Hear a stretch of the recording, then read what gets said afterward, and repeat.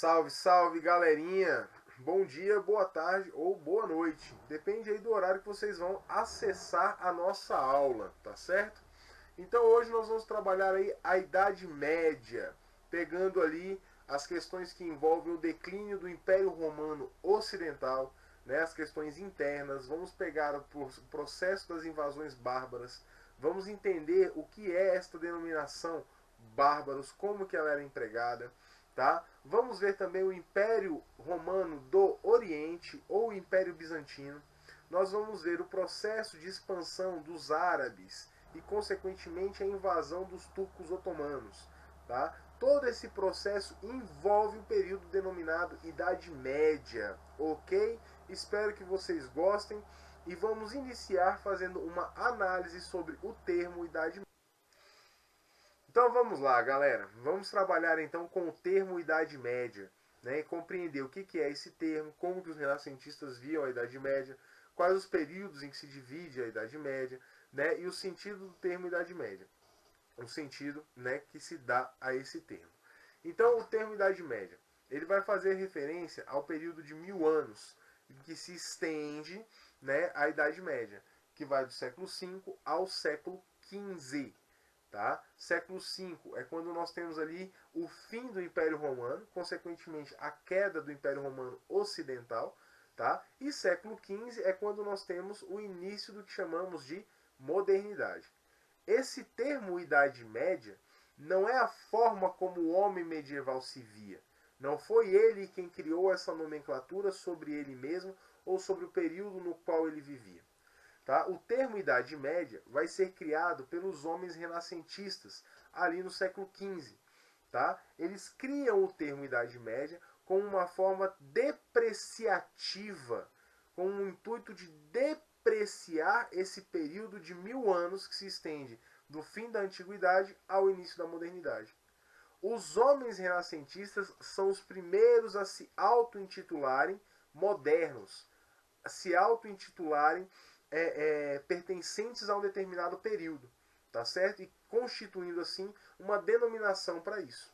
Então, esse termo Idade Média, ele é um termo construído na modernidade pelos homens do Renascimento, com o intuito de depreciar a Idade Média. A Idade Média é o período que se estende do século V ao XV. Isso dentro de um entendimento tradicional, convencional, tá?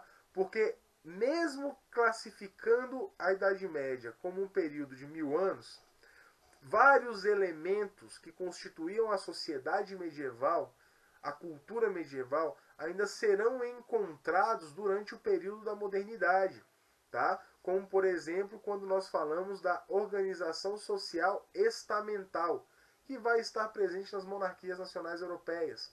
Algumas características econômicas ainda vinculadas à manufatura, vinculadas à produção artesanal, algumas questões vinculadas às características da servidão, o servo tendo que pagar, né, com trabalho ou com produção rural para o seu senhor.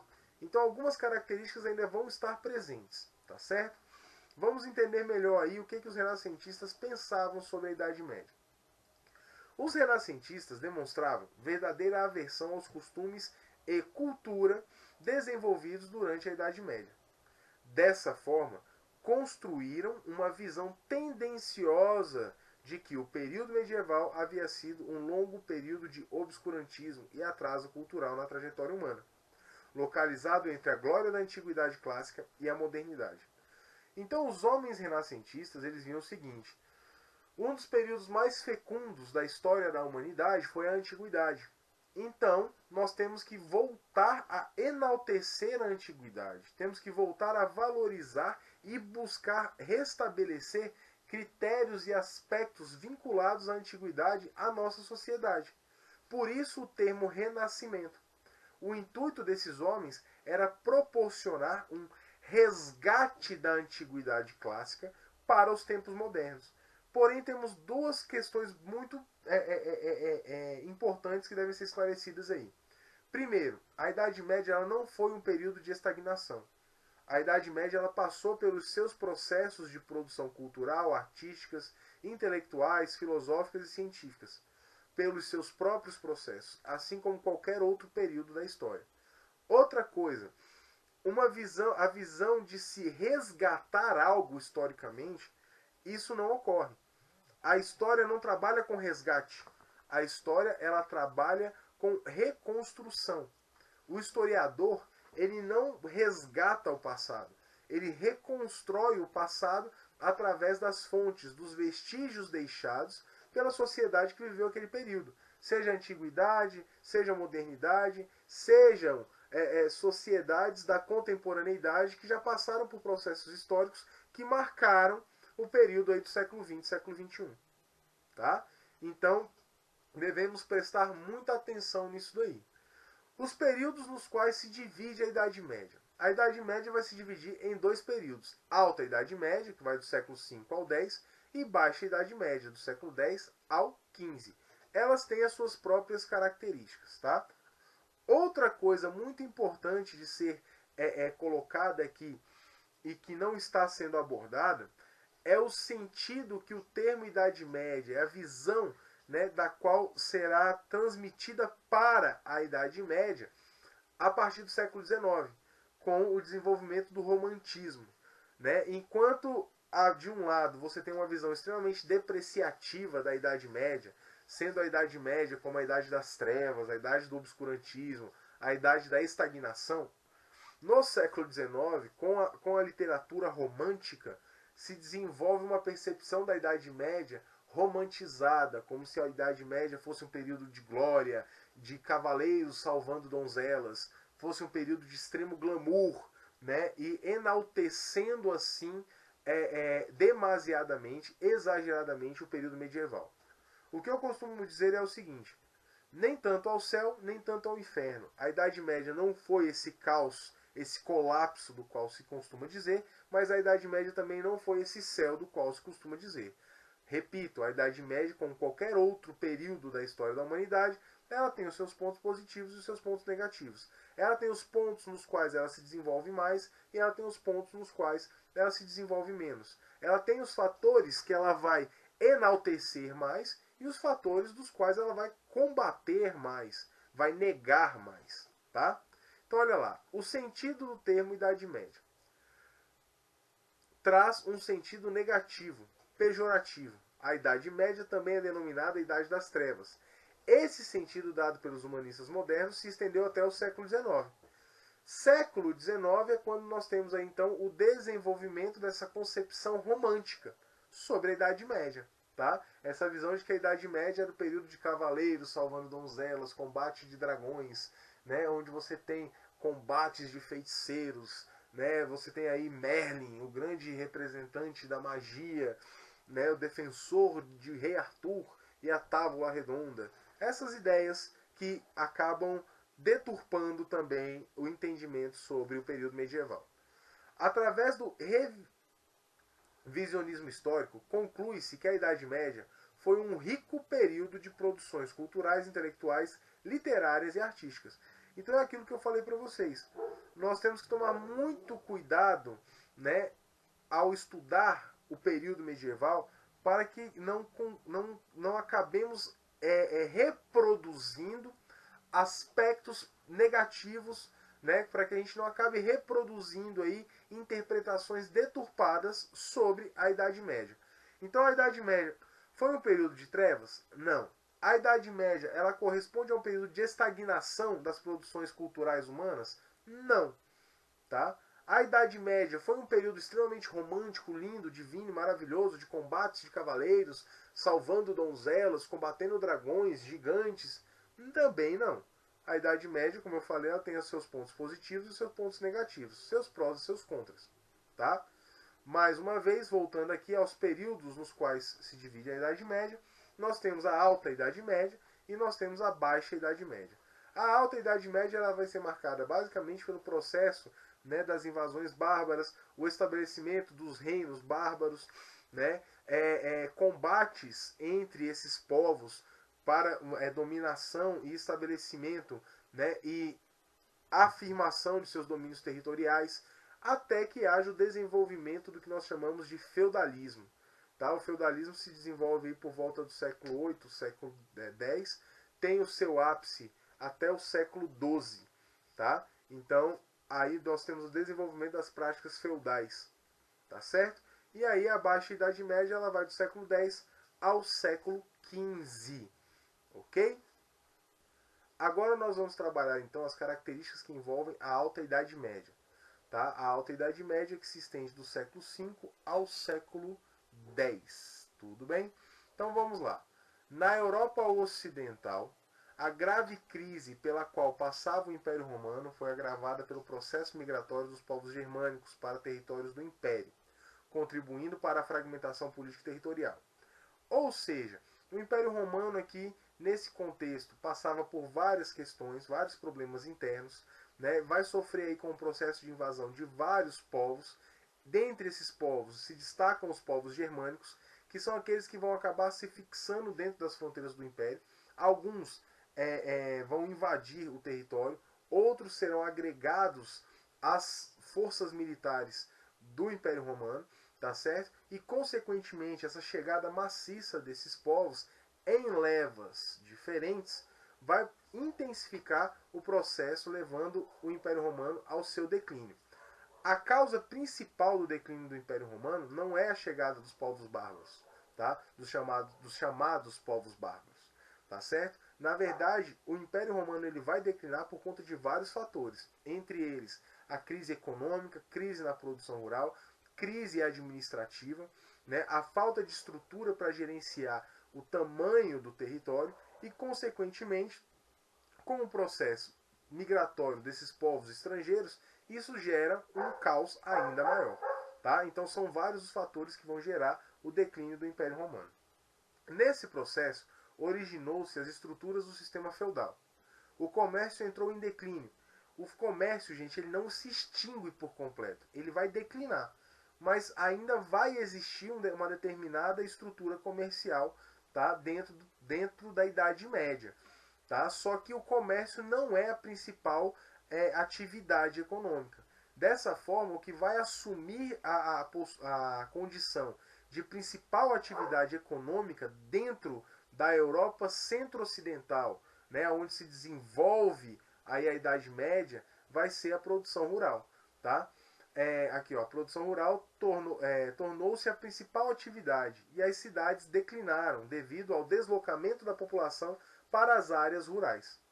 Em contrapartida, na porção oriental do Império, ocorreu o desenvolvimento e a consolidação da civilização bizantina.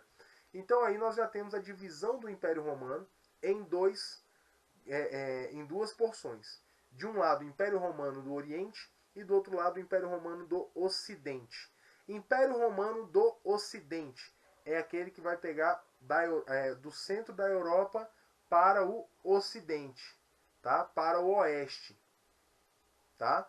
E o Império Bizantino é a porção oriental, que vai ficar a leste. Eu vou mostrar um mapinha para vocês aqui, demonstrando claramente como é que ficou essa divisão, tá? Então nós devemos lembrar que a história medieval que nós estudamos e consequentemente aí, o feudalismo, principalmente essa questão do feudalismo, ele está vinculado à Europa centro-ocidental. Tá? Ele não se dissemina por todas as regiões do mundo, como algumas pessoas pensam. Ele é característico da Europa centro-ocidental. Essa forma de organização, esse modelo, né, que não é só um modelo de produção, ele acaba estabelecendo também uma forma de organização social, uma forma de produção rural, ou consequentemente uma forma de administração. Tá? Então aqui, ó, toda a extensão do Império Romano. Toda a extensão do Império Romano. Então o Império Romano ele pegava desde aqui da Grã-Bretanha, pegava toda a Europa, tá? Até as fronteiras com o que hoje nós chamamos de Alemanha, mais ou menos, né? A Germânia. Vai pegar a Península Itálica, pega o norte da África, pega o Egito, vai pegar aqui a região da Arábia, que é onde tem a Palestina, onde tem a Síria, né? Pega a região da Turquia, se estende até a territórios aqui que mais ou menos próximos aqui dos persas, tá certo? pega toda a península balcânica e até aqui uma partezinha aqui também é a Europa, tá certo? Então isso aqui eram as porções do Império Romano de forma geral. Quando tem a divisão vai se dar mais ou menos aqui assim, ó. Então aí você vai ter Império Romano do Oriente e Império Romano do Ocidente. Professor, como é que vai se dar essa divisão? Vou explicar para você. Baixa Idade Média, do século X ao XV. Quais são as características da Baixa Idade Média? É caracterizada pela retomada do crescimento comercial e urbano na região da Europa Ocidental, pelo desenvolvimento das cruzadas, pela crise do feudalismo, desenvolvimento da burguesia. Então, olha aí, a Baixa Idade Média, por que ele recebe esse nome? Porque já é um período onde você vai tendo mudanças estruturais nas questões econômicas, tá certo? Você tem aí o processo das cruzadas, que são as chamadas guerras santas, onde você tem os cristãos combatendo, né, os muçulmanos, os árabes, os turcos, tá? É uma guerra de reconquista, que na verdade o que acabou ocorrendo? A região da Palestina, né, vai acabar sendo dominada pelos árabes, pelos muçulmanos, e nesse processo os cristãos vão querer essa terra de volta. Tá? Esse processo das cruzadas intensifica o intercâmbio entre o Ocidente e o Oriente. Isso vai intensificar também o desenvolvimento de rotas comerciais, né? E gera uma grande mudança aí dentro da estrutura socioeconômica existente na Idade Média, na Europa Centro-Ocidental. Tá certo? Então aí a gente vai ter a crise do feudalismo, vai ter o desenvolvimento da burguesia, o reestabelecimento, né, das cidades. Então é o que a gente chama aí de renascimento comercial e urbano. Tá? Neste período, inicia-se o processo de centralização política que dará origem às monarquias nacionais ou estados nacionais, que marcaram o período da modernidade. Então percebam aí que é durante a Idade Média que vão se criar as características, as condições necessárias para se construir os modelos e se construir as características que marcam o período da modernidade. Tá? Então é importante a gente compreender que um período acaba bebendo do outro. Tá? Um período tem as suas influências sim que vieram do outro. Tá? Enquanto durante a Alta Idade Média o Império Bizantino desenvolveu-se e se solidificou, agora durante a Baixa Idade Média ele entra em um grande colapso e desmorona. Olha aí que interessante. Enquanto a gente fala de declínio do Império Romano do Ocidente, nós temos ali o Império Bizantino, ou Império Romano do Oriente, se fortalecendo cada vez mais. Quando ocorre o fim da Idade Média, é nesse mesmo período que ocorre a queda do Império Romano do Oriente, ou Império Bizantino. O Império Bizantino ele vai cair, ele vai ruir por volta de 1453, tá? É 1453, quando você tem a invasão dos turcos otomanos e, consequentemente, eles dominam a capital Constantinopla, tá certo? As invasões bárbaras. Gente, é muito importante que a gente venha a compreender esse termo, bárbaros, para que não continuemos reproduzindo de forma errada. Quem eram os povos bárbaros dentro da concepção dos gregos, dentro da concepção dos romanos? O que eles traziam de informações? Vamos lá. As invasões bárbaras. Os romanos consideravam bárbaros todos os povos não romanizados. Então, ou seja, todos aqueles estrangeiros fora das fronteiras do Império Romano eram povos bárbaros.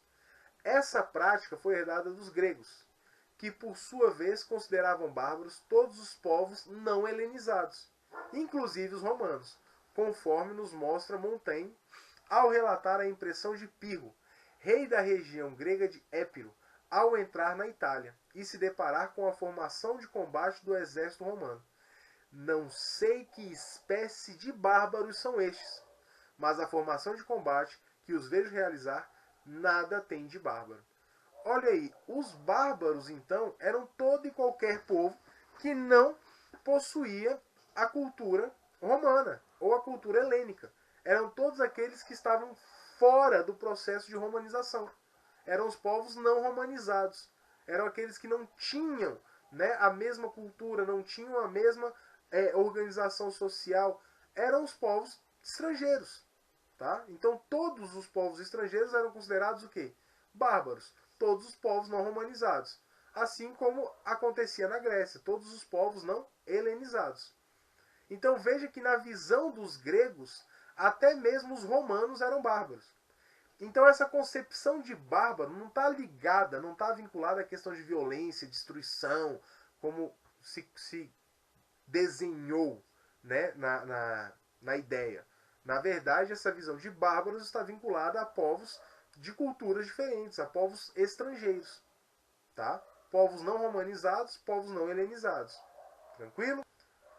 Percebe-se, portanto, que a cultura greco-romana era o referencial, o ideal de civilização para toda a humanidade.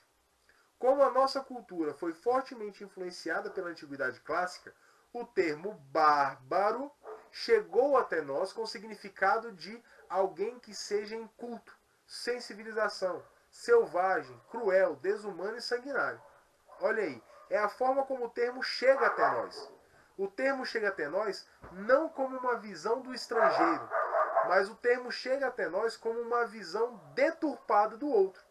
Como se aquele que não é igual a mim fosse um selvagem, fosse cruel, fosse sanguinário, desumano, fosse uma pessoa sem cultura, né? Fosse uma pessoa não civilizada, sendo que a própria concepção de civilização ela muda, porque uma civilização ela é constituída por um povo, por uma cultura, e os povos e as culturas são diferentes. Tá? Essa definição, referindo-se unicamente aos povos não romanizados, não se sustenta frente aos fatos históricos. Muito pelo contrário, os romanos eram prolíferos em matéria de crueldade, guerreiros implacáveis. Não tinham clemência para com seus inimigos, trucidados com frequência, violentados, jogados às feras nas arenas, escravizados ou crucificados. O que ele está dizendo aqui? Que essa visão de que os romanos consideravam bárbaros, né, esses povos eles eram implacáveis, eles eram selvagens, eles eram sanguinários, eles eram violentos, essa visão não se sustenta. Bárbaros eram os povos estrangeiros. Isso não está vinculado à questão de violência ou barbárie. Por que não? Porque os próprios romanos eram violentos e eram bárbaros, dentro dessa visão de destruição. Os próprios romanos eles eram violentos, eles eram implacáveis. Então, essa visão de que os povos bárbaros eram povos violentos, destruidores e foram responsáveis pelo fim do Império Romano por conta da sua violência, isso não se sustenta. Em termos de violência, tanto os considerados povos bárbaros como os romanos eram tão violentos quanto. Então, o termo bárbaro, ele é um termo utilizado como referência aos povos estrangeiros, aos povos não romanizados. No caso da Grécia, aos povos não helenizados. Tá? E essa denominação configura também, na visão dos helenos, os próprios romanos. Então, só para a gente entender aqui, ó, a definição, essa definição, referindo-se unicamente aos povos não romanizados, qual é a definição? A definição de que os povos não romanizados eram selvagens, eram cruéis, desumanos e sanguinários. Ela não vai se sustentar. Por que ela não se sustenta? Porque os próprios romanos eram implacáveis, cruéis, trucidavam, né, os seus inimigos, jogavam seus inimigos às feras e escravizavam e crucificavam. Então o termo bárbaro ele não está vinculado a um critério de violência em si. O termo bárbaro está vinculado ao quê? A povos estrangeiros. O processo de formação das tribos bárbaras estava intimamente ligado à atividade bélica, ou seja, eram povos guerreiros. A mais comum das atividades daquela época. Quanto mais valente e vitorioso fosse um guerreiro, mais guerreiros e famílias ele conseguia aglutinar em torno de si, formando os clãs. E, finalmente, as tribos, que usualmente tinham seus nomes relacionados a alguma característica da região de origem ou dos povos que a constituíam. Então, olha aí, eram povos aguerridos? Eram. Mas a valorização da guerra era algo comum para a época? Sim. Eram povos que se vangloriavam das suas conquistas militares? Sim.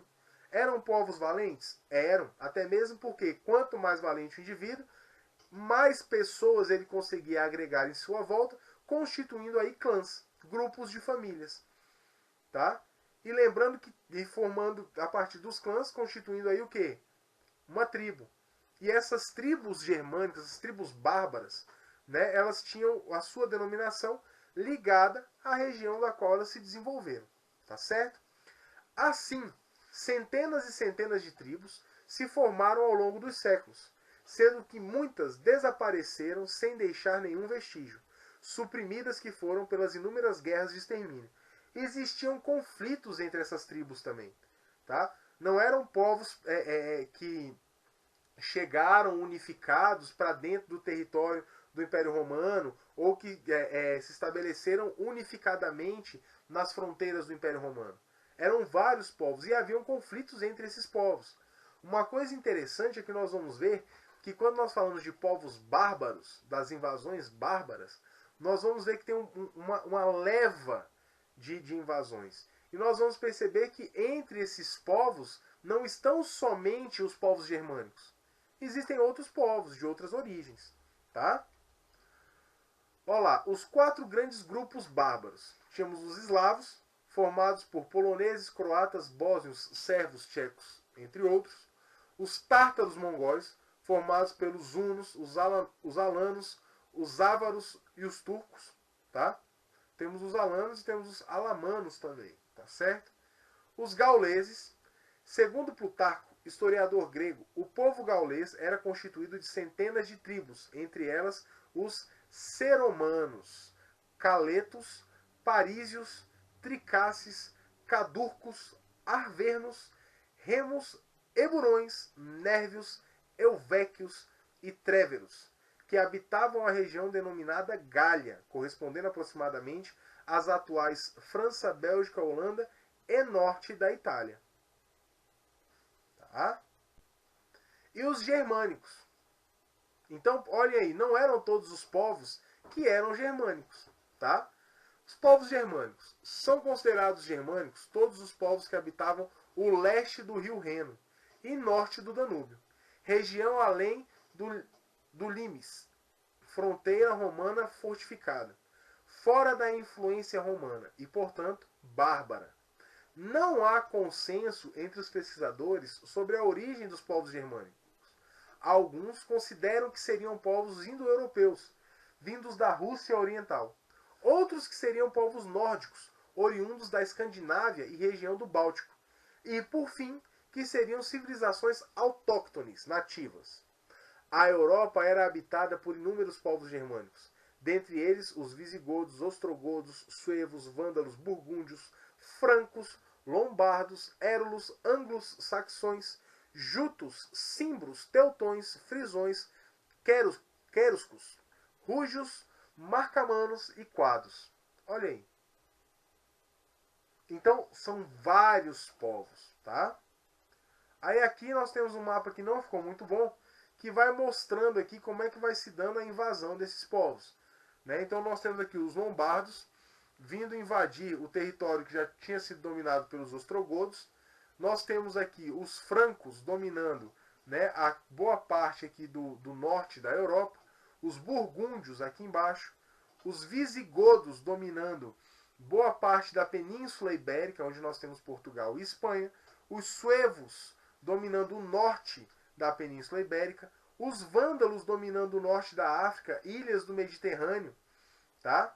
Então, olha aqui, enquanto os anglo-saxões dominando a região da Inglaterra, País de Gales, tá? A Escócia, consequentemente aqui formando, né, a região que posteriormente será chamada de Grã-Bretanha. Temos os bretões que vão dominar aqui, ó, parte do norte aqui da Europa, vão dominar também aqui parte das ilhas, tá? Então, esse aqui é o processo que caracteriza as invasões, chamadas invasões bárbaras, tá certo? E aqui nós temos o Império Romano do Oriente. Aqui, ó, a divisão vai dar por aqui. Os germânicos são considerados os mais expressivos sob o ponto de vista da formação da cultura ocidental. Grande parte do que se conhece das civilizações bárbaras baseia-se nas descrições feitas por Júlio César e por Tácito e Amiano Marcelino, dois historiadores romanos, tendo este último nascido sob o governo de Constantino, primeiro imperador romano a se converter ao cristianismo. Tá? Então, por que nós falamos geralmente dos povos germânicos? Porque eles é que vão mesclar suas culturas com costumes e culturas romanas, construindo aí as características do medievo, dando origem às características da chamada Idade Média. Tá certo? Esses povos não adentraram as fronteiras do Império Romano da mesma forma e ao mesmo tempo. Olha aí, muita gente acha que é uma leva, chega tudo não, tá? O contato entre bárbaros e romanos se intensificam a partir dos séculos I da era cristã. Em 395, século IV, a morte do imperador Teodósio marca a divisão definitiva do Império Romano em duas porções: Império Romano do Ocidente e Império Romano do Oriente, também conhecido como Império Bizantino, que se manteve até 1453. É quando nós teremos o fim, né, a queda do Império Bizantino. Então, olha aí, no século IV, após a morte do imperador Teodósio, nós temos a divisão definitiva do Império Romano em duas porções: Império Romano do Oriente e Império Romano do Ocidente. Qual é a porção do Império que vai sofrer aí com o processo das invasões estrangeiras, das invasões bárbaras? É o Império Romano do Ocidente, tá? Esse Império Romano do Ocidente, esta porção aqui, ó, daqui para cá, é o território que vai sofrer com as invasões estrangeiras, com as invasões bárbaras, tá? E daqui para cá existe um império fortalecido, que em um determinado momento ele vai buscar expandir seus domínios para as regiões conquistadas pelos povos bárbaros, tá? Então, essas fronteiras do império aqui, elas vão sofrer alterações mais à frente. Então aqui nós temos, ó, Império do Ocidente, que é o laranja, e o Império do Oriente, que é o rosinha, roxo, lilás, sei lá. Esse trem aqui que vocês estão vendo. Olha lá. O Império Romano do Oriente. Vamos compreender o que é esse Império Romano do Oriente. No final da Antiguidade, a cidade de Constantinopla, atual Istambul, torna-se o principal centro econômico e político do que restou do Império Romano. Foi construída sobre as ruínas da antiga colônia grega de Bizâncio, pelo imperador Constantino, que estrategicamente converteu-a em capital do Império. Localizada entre o Ocidente e o Oriente, acabou desenvolvendo uma expressiva atividade comercial com as cidades vizinhas. Outro ponto forte era a sua forte produção agrícola. Estas características prosperaram, faziam com que contrastasse com o Ocidente romano em crise. Então, olha aí, enquanto a porção ocidental do Império, né, o Império Romano do Ocidente, estava em declínio, o Império Romano do Oriente ele estava em ascensão. Ele vinha vivendo um período de ascensão, um período positivo. Após a divisão do Império, o imperador Constantino transformou Constantinopla na capital da porção oriental. Constantinopla tornou-se a capital do Império Romano do Oriente, também conhecido como Império Bizantino. A divisão do Império e a tetrarquia. Como que vai se dar o processo que vai levar à divisão do Império Romano? Em duas porções. Nós vamos entender isso agora. A divisão do Império e a tetrarquia. O Império Romano passava por uma aguda crise social, política, econômica e administrativa. Percebam então que quando eu falo que ele passa por uma crise social, política, econômica e administrativa, isso são fatores internos, tá? Nada tem a ver com o processo das invasões estrangeiras. O processo das invasões estrangeiras vai intensificar esse cenário de crise do qual vivia o Império Romano. A extensão territorial do Império e a redução de funcionários administrativos do Estado dificultaram a gestão do imenso território. Olha aí, o Império Romano era gigantesco, gente. Ele vai pegar lá da Península Ibérica e vai até a Península Balcânica, se estende até a Ásia Menor, pega ali parte da Península Arábica, vai pegar o Egito, vai pegar o norte da África. Então é um território gigantesco que vai vir desde a Grã-Bretanha, descendo ali por toda a Europa, né, pegando a Península Balcânica e se estendendo até a África. Então é um território gigantesco. Como você reduz a quantidade de funcionários justamente por conta de uma crise econômica, você gera uma crise administrativa. Não há como administrar esse território. Então, vão se buscar alternativas para administrar o território do Império Romano. Tá? Então, uma dessas soluções vai ser o quê? Dividir o Império em dois. Mas, a princípio, não é uma divisão permanente. Tá? A divisão definitiva virá um pouco mais à frente. Então, olha lá. Buscando a solução do problema, Diocleciano, imperador de Roma, divide o império em dois. A porção ocidental, com capital em Roma, e a porção oriental, com a capital em Bizâncio. Cada parte possuía um imperador, que era o Augusto, além de possuírem um governante para auxiliar nas regiões mais distantes, com o título de César. Essa organização foi denominada tetrarquia, já que haviam 4 governantes, 2 para cada região. Então olha aí a forma de organização que vai se estabelecer. A tetrarquia durou pouco tempo. Constantino reunificou o império ainda no início do século IV, mas diante da instabilidade vivida na porção ocidental, ou seja, devido aos colapsos que se vivia na Europa ocidental, né, devido aos colapsos que se vivia ali na região ocidental, ele vai transferir a capital para onde? Para Constantinopla, né, para Bizâncio, capital, que, né, vai ser a capital do Império Bizantino, que era mais rica e era o território mais protegido. Sob seu governo foi construída ali uma nova cidade para sediar o Estado. Ele a batizou de Constantinopla. Em 395, o imperador Teodósio estabeleceu a divisão definitiva do Império em Império Romano do Ocidente e Império Romano do Oriente. Então é no final do século IV, início do século V, que nós vamos ter aí a divisão do Império Romano, tá, em dois: Império Romano do Oriente e Império Romano do Ocidente. Tá certo? E aqui está a divisão do território. Tá.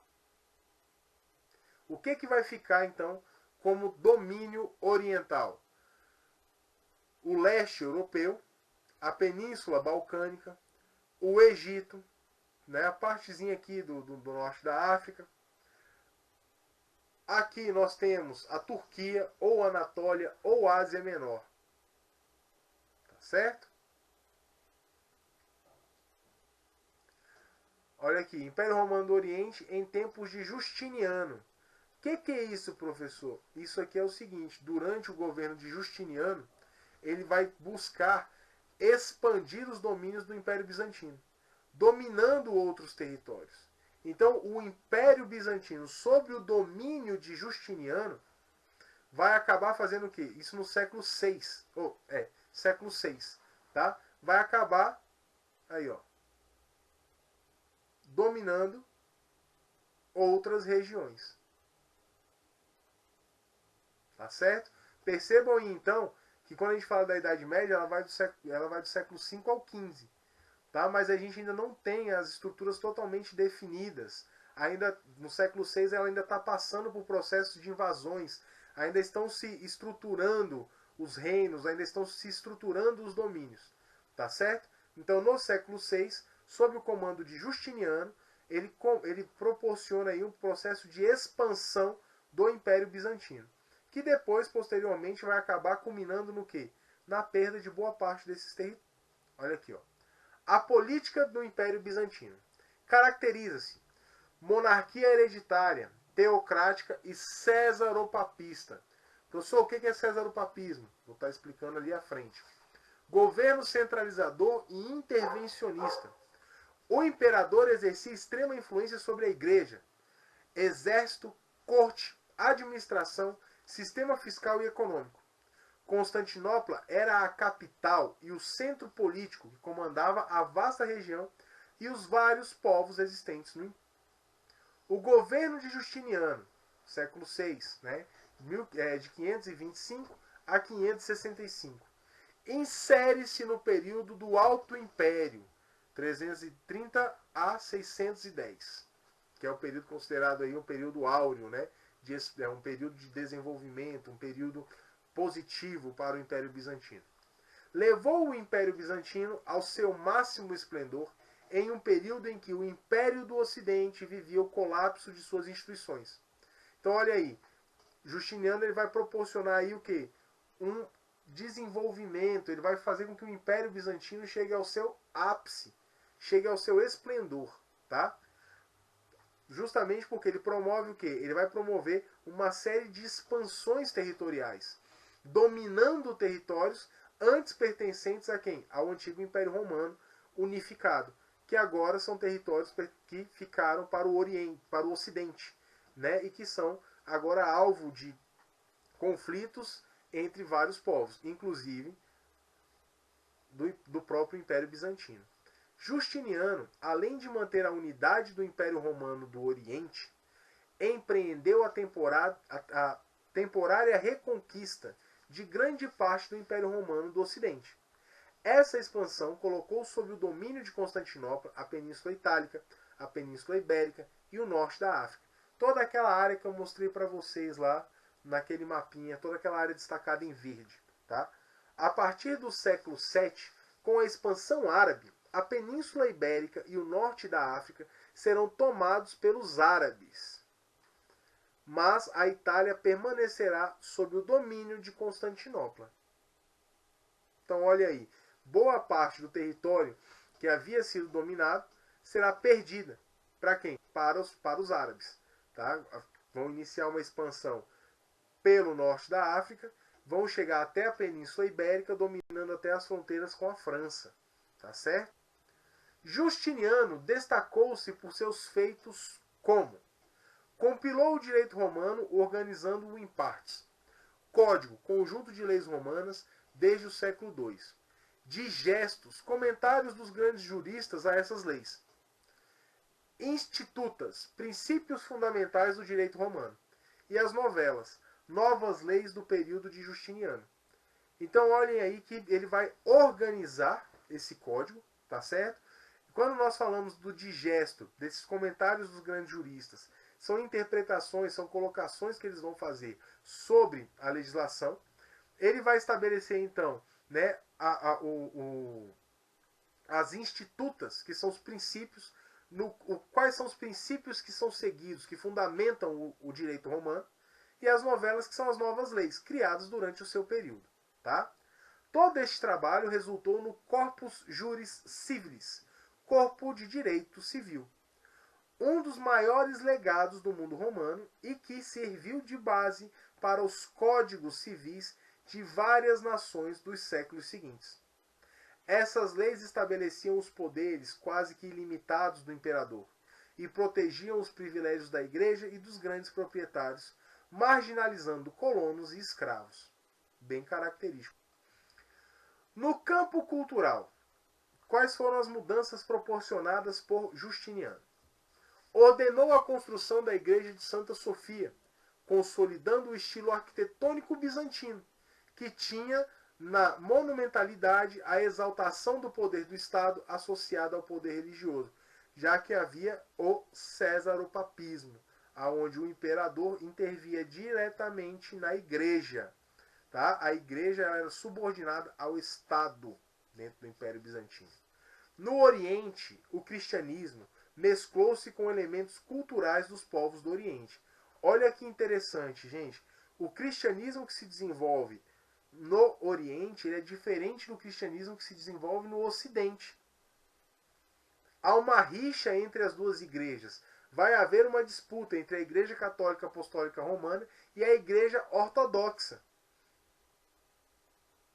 É interessante a gente compreender isso daí. Olha lá então. Dando-lhe características singulares e distintas do cristianismo ocidental. Dentro destas singularidades, havia o desprezo pelo culto às imagens, havendo apenas a exaltação da espiritualidade. Dentro das igrejas surgiram movimentos que questionavam os dogmas da igreja cristã em Roma. Esses movimentos foram denominados monofisistas e iconoclastas, vistos como heresia pela igreja do Ocidente.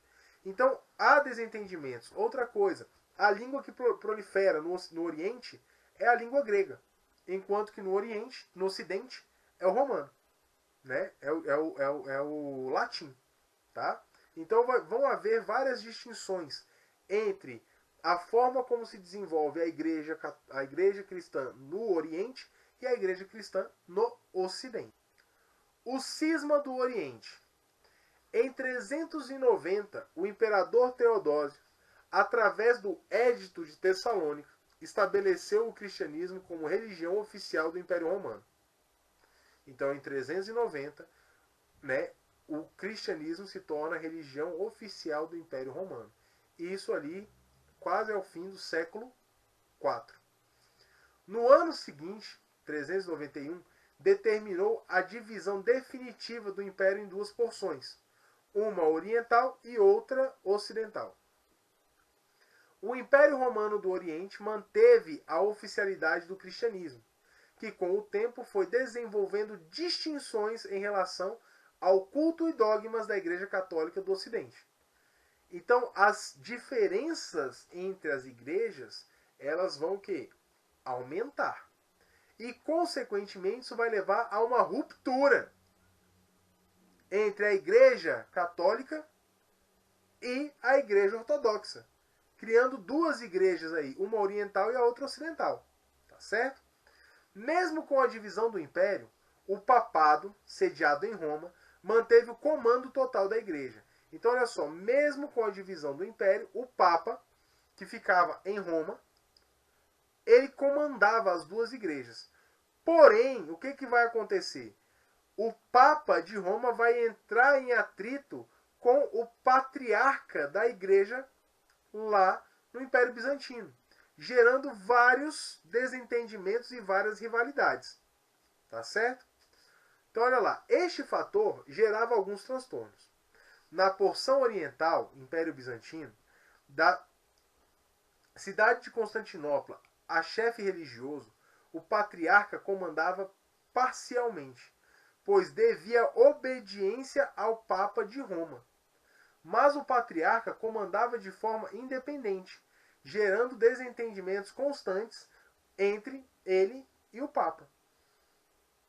É como se o Papa fosse o grande comandante da igreja, desse ordens ao patriarca de Constantinopla e ele não desse a menor importância ao que fosse estabelecido pelo Papa, governando assim, gerenciando a igreja. Então,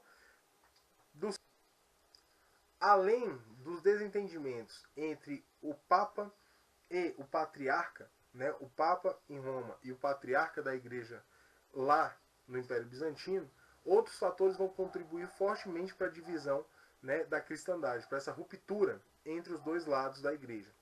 Enquanto no Ocidente, né, você tinha ali uma influência grande da cultura romana, o Oriente ele era influenciado pelas culturas gregas, macedônica, árabe e persa. Enquanto o latim era a língua disseminada lá no Ocidente, no Oriente era o grego. Esses fatores levaram a um crescente desentendimento entre o patriarca do Oriente e o Papa do Ocidente. Então, isso aí vai gerar o quê? A divisão da igreja. São vários os fatores que vão proporcionar a divisão da igreja em duas igrejas, tá? A igreja católica e a igreja ortodoxa. Os imperadores bizantinos reinventaram as concepções religiosas da antiguidade oriental sobre as bases do cristianismo. Então eles vão proporcionar aí um sincretismo muito grande. Não que isso não ocorra no Ocidente. No Ocidente isso também vai ocorrer. Principalmente nesse contexto da Idade Média, onde vários elementos das culturas dos povos ditos bárbaros, né, dos povos germânicos, serão mesclados ao cristianismo. Tá? Então o cristianismo, tanto no Ocidente quanto no Oriente, ele passa por processos de sincretismo. Tá? O cristianismo ele não é uma religião que surge do nada, brota do nada. Tá? Nós temos que lembrar que Jesus Cristo ele era judeu, né? Então o cristianismo ele tem uma base judaica muito forte, e para que ele ganhe espaço e que para que ele ganhe adeptos, ele precisa se adequar a determinadas características culturais, características religiosas dos povos que estão tendo contato com ele. Tá? Então olha lá, uniram o poder religioso ao poder temporal, político, nas mãos do imperador, originando o cesaropapismo, que chocou-se com o poder do papado em Roma, acentuando e se acumulando os desentendimentos dentro da igreja. Então olha que são vários fatores que vão gerar aí a separação da igreja em duas, tá? Porque você tem muitas distinções, muitas diferenças, muitas divergências, tá? Entre a porção ocidental e a porção oriental do Império. As divergências entre o Papa e os imperadores bizantinos ultrapassaram o âmbito religioso e deixaram nítida a existência de dois mundos distintos e conflitos. Cesaropapismo. O que é o cesaropapismo? Sistema de relações entre Estado e Igreja, cabendo ao chefe político o poder de intervir diretamente nas questões da Igreja, como disciplina e organização dos seguidores, exercer poderes tradicionalmente reservados à suprema autoridade religiosa. Neste caso, a autoridade religiosa está subordinada ao chefe político, Igreja subordinada ao Estado. A igreja é enxergada como um órgão vinculado e subordinado ao Estado. Então, o cesaropapismo é o quê? É a subordinação da igreja ao Estado, ao chefe político. O chefe político ele também tem grande influência, né, e determina determinadas questões dentro da igreja. Tá? A base ideológica do cesaropapismo encontra-se na concepção romana de mundo, onde a religião interessa à coletividade e, secundariamente, ao indivíduo.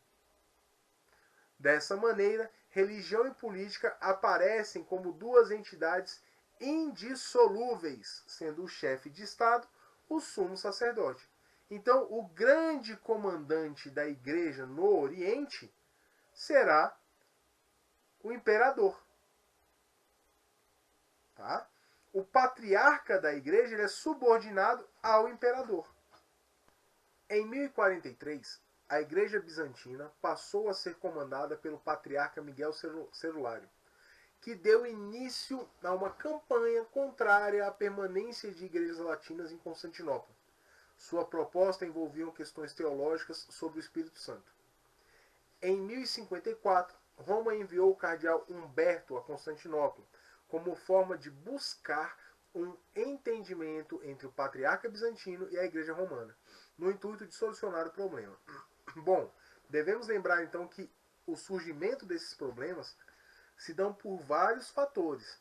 Era uma igreja unificada, porém, no Oriente ela sofre influências da cultura persa, vai sofrer influências da cultura turca, sofre influências da cultura grega, a língua utilizada era o grego, né? Enquanto que lá no Ocidente você tem as influências diretas da cultura romana, você tem o latim como língua oficial e você tem percepções distintas de organização e administração. Enquanto que no Oriente você tem a estrutura do cesaropapismo, aonde o imperador intervém diretamente na igreja, lá no Ocidente você tem uma igreja independente, tá? Então, consequentemente, você tem vários fatores aí que geram um confronto. Tenta-se o entendimento entre as duas. Porém, a partir de 1043 a gente começa a perceber que há uma intensificação dos desentendimentos. Em 1054, na tentativa de achar uma solução, o problema é intensificado. Tá? Diante dos desentendimentos, o cardeal Humberto, que foi até Constantinopla para buscar um entendimento, ele vai entrar em atrito com o Miguel Celulário, que era o patriarca da igreja, e vai excomungar. Ou seja, vai expulsar ele. Em contrapartida, Miguel Celulário vai fazer o quê? Vai excomungar o Papa, tá? Que era Leão IX. Isso gera uma rivalidade gigantesca entre as duas igrejas. E aí você tem a separação definitiva, o cisma do Oriente. que é a criação da Igreja Católica Apostólica Romana, né, sediada no Ocidente, e a Igreja Ortodoxa sediada no Oriente. Tudo bem? Em 1274, na tentativa de reunificar as igrejas, foi organizado o Concílio Ecumênico de Lyon. Em 1439, foi tentada outra reunificação em um encontro em Florença. A reaproximação entre as duas igrejas se deu em alguns curtos períodos, ou seja, não houve a possibilidade de reunificação. Não teve como. Tá? Permaneceu separado e permanece até hoje. Embora hajam divergências entre as duas igrejas, alguns sacramentos podem ser encontrados nas duas. Então elas têm características similares em alguns aspectos, em algumas questões. Os ortodoxos, Igreja Bizantina, não acreditam na existência do purgatório ou na infalibilidade do Papa. Ou seja, eles questionam a autoridade do Papa e dizem que o ser humano ele é falível, ele não é infalível. Tá? No ano de 1965, isso mesmo, 1965, o Papa Paulo VI e o Patriarca Atenágoras I buscaram uma reaproximação entre as duas igrejas. Repensaram as excomunhões e ambas as igrejas optaram por retirá-las. Vocês verem, a excomunhão se deu a excomunhão, né? Os excomungados aí foram excomungados em 1054, aproximadamente. Só em 1965 é que foram tiradas as excomunhões, ou seja, 920 anos depois, né, mais ou menos. Bom, trabalhando essa questão da divisão do império, consequentemente aí do cisma do Oriente, né, compreendendo como que ocorreram essas questões, nós vamos retomar aqui o processo das ondas migratórias. Não para falar dos povos germânicos, mas para falar de novas ondas de invasões que vão ali permear o território da Europa. Não só no Ocidente, mas também vão afetar o Oriente posteriormente. Tá? Olha lá, as ondas migratórias germânicas se iniciaram no século I e se seguiram até o século V. Nos séculos 7 e 8, a expansão árabe que se iniciou rumo aos domínios bizantinos, agora volta-se para o Ocidente. De 622 a 945, os árabes dominaram o norte da África, as ilhas de Sicília e Sardenha, no Mediterrâneo, além de toda a Península Ibérica. No Oriente, dominaram parte do Império Bizantino e territórios do Irã, Afeganistão, Paquistão, além de outros.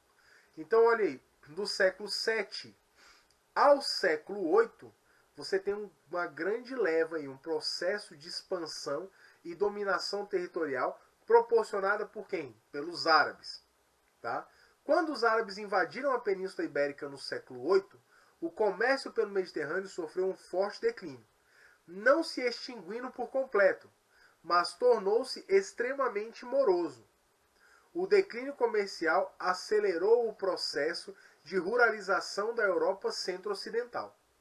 Então, nós temos aí, nesse contexto, geram conflitos. Conflitos geram declínios comerciais.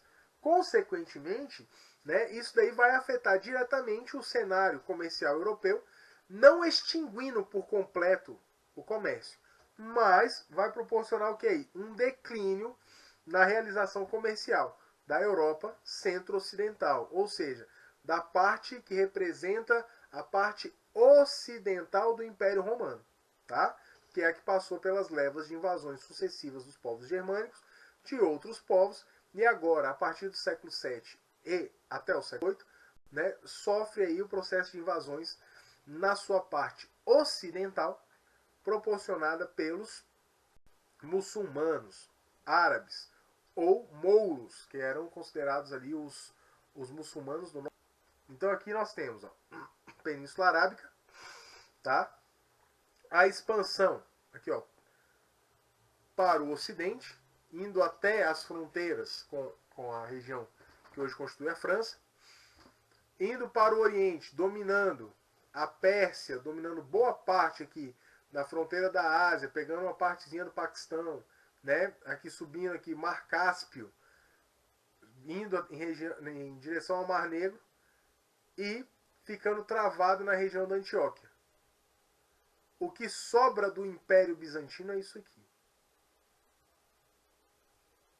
Tá?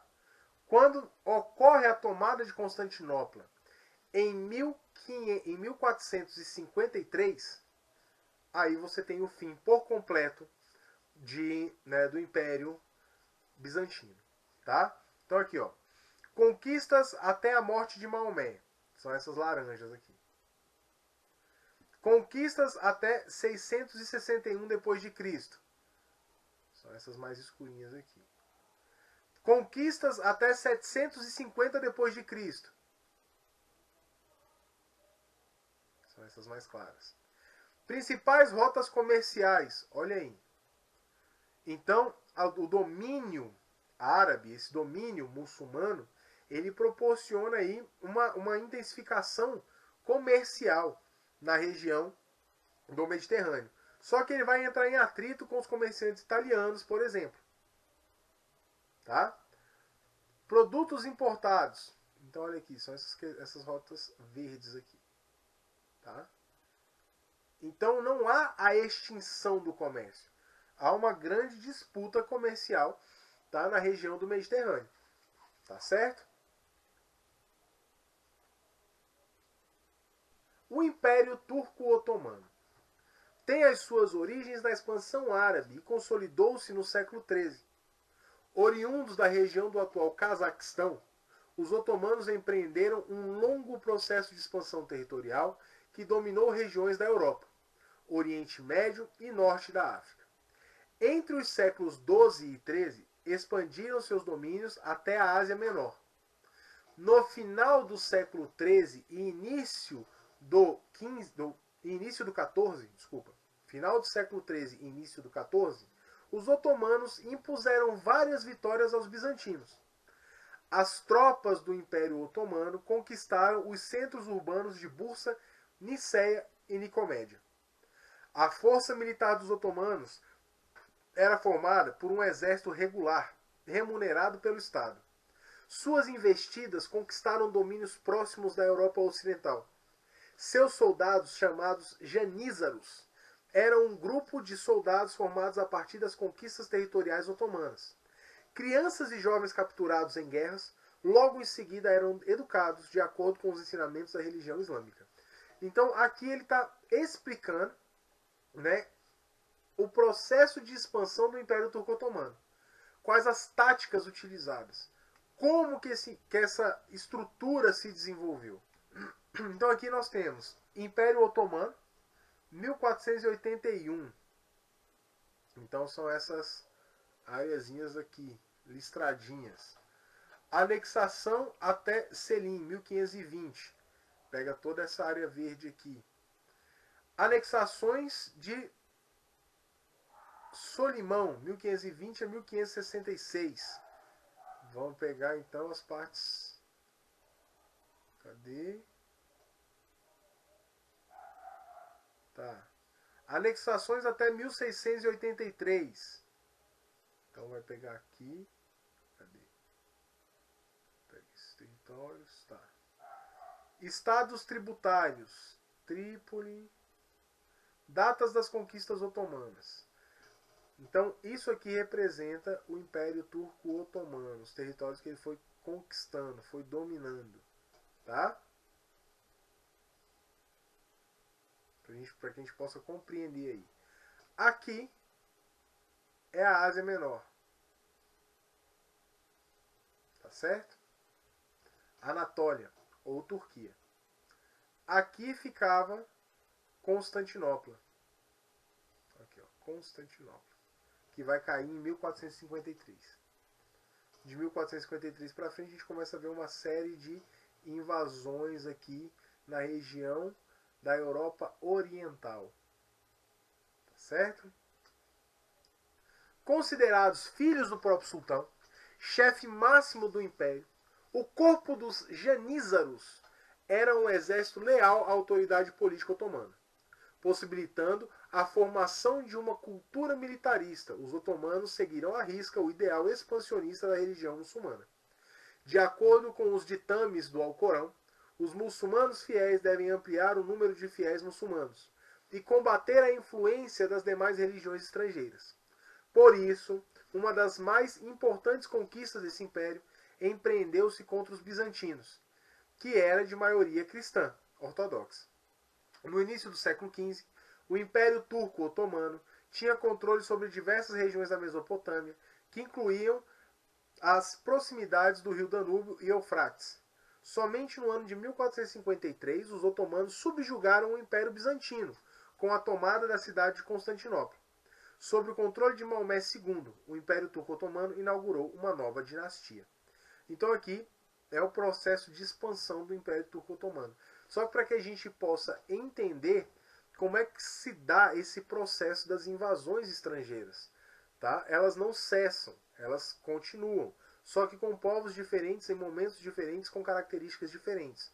Para vocês terem ideia, o Império Turco-Otomano ele vai ruir após o contexto da Primeira Guerra Mundial. Tá certo? Mais um mapa aqui só para a gente compreender qual foi o processo, a expansão do Império Turco-Otomano.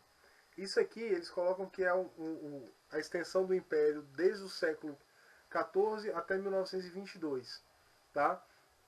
Porém, tem algumas questões aqui que podem ser questionadas, porque em 1912, 1913 você tem as guerras balcânicas. Né?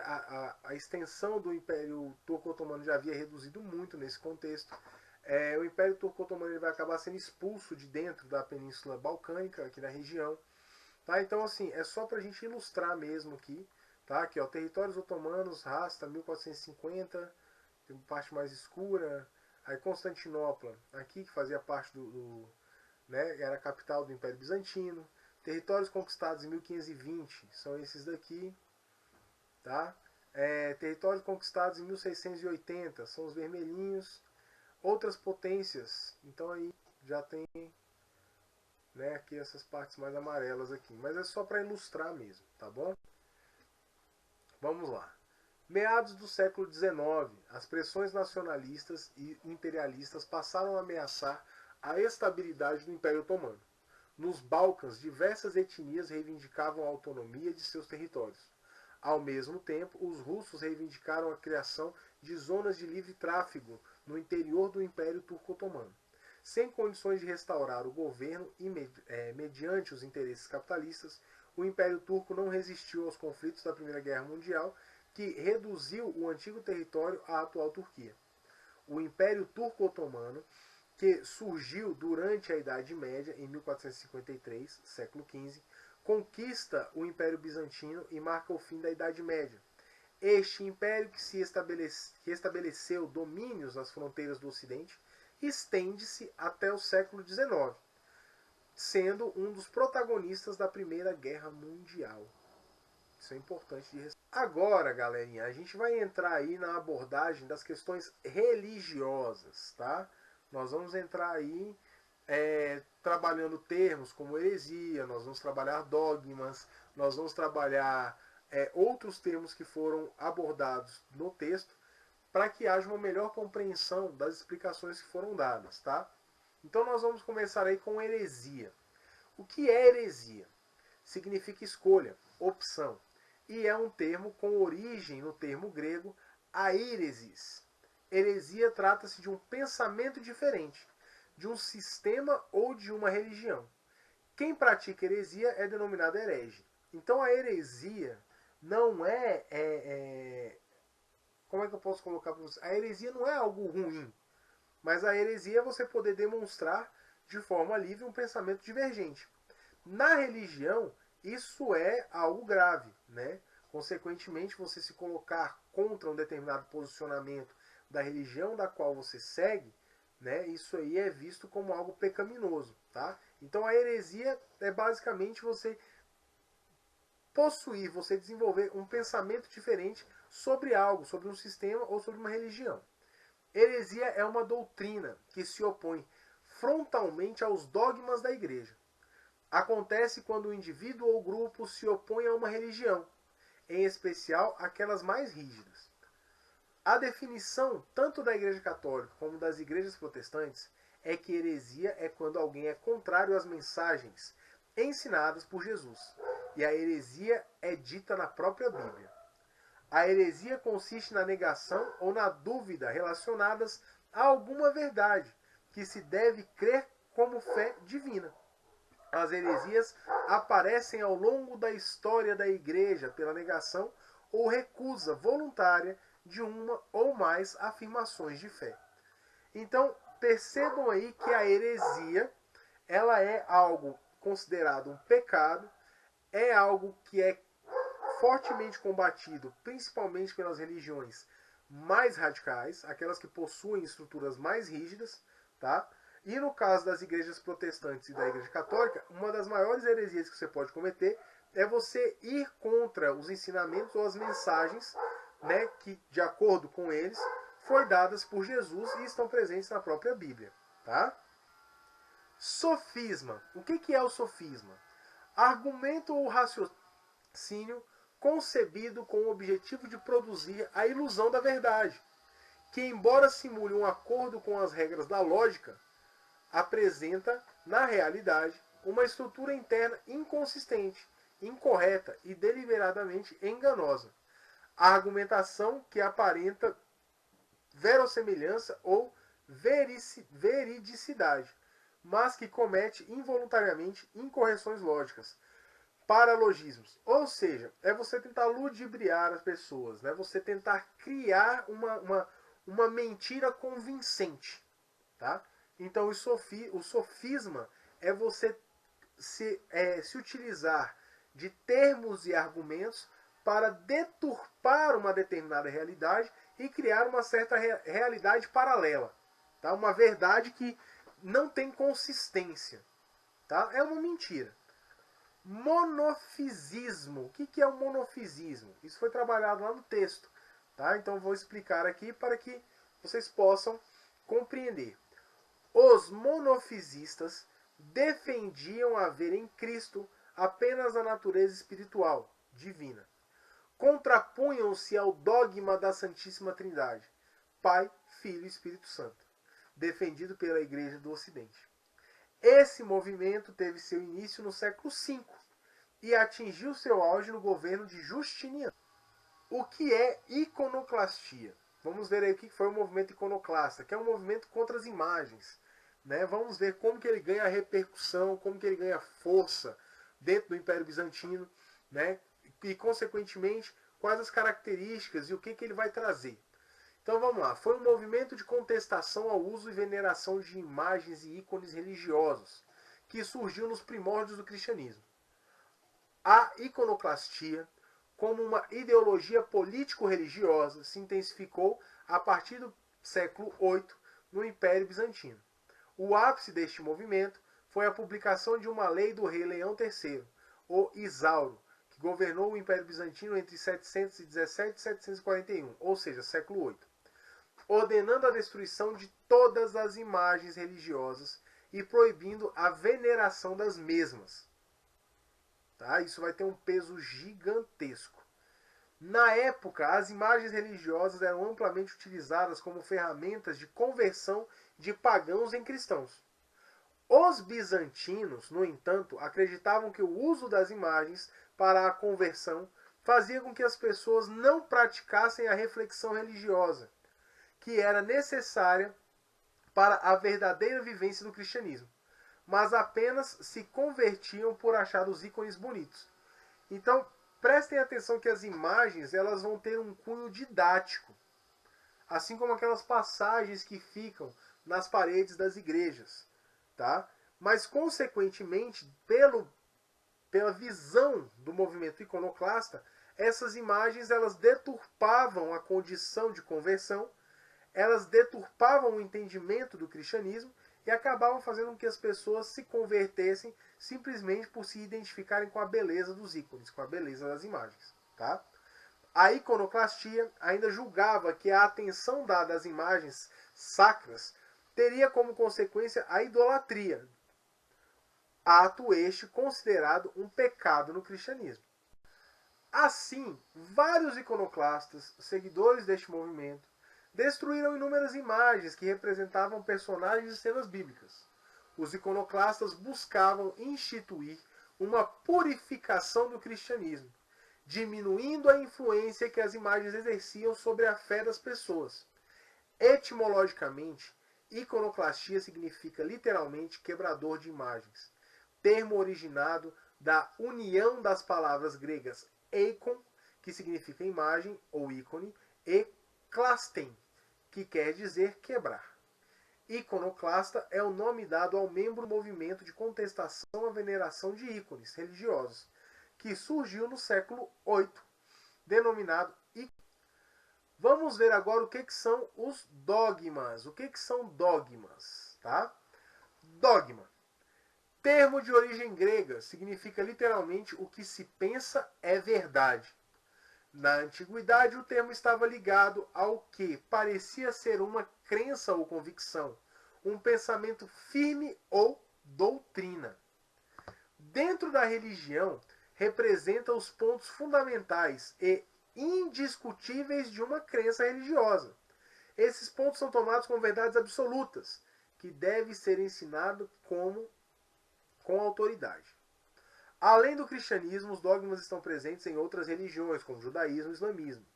Os princípios dogmáticos são crenças básicas pregadas pelas religiões, que devem ser seguidas e respeitadas pelos seus membros, sem nenhuma dúvida. Então, o dogma é aquilo que não pode ser questionado, é aquilo que não pode ser duvidado. Deve ser ensinado com seriedade e os seguidores da religião devem respeitar e não questionar, tá? Quem os rejeita pode incorrer em crimes variáveis de acordo com a religião.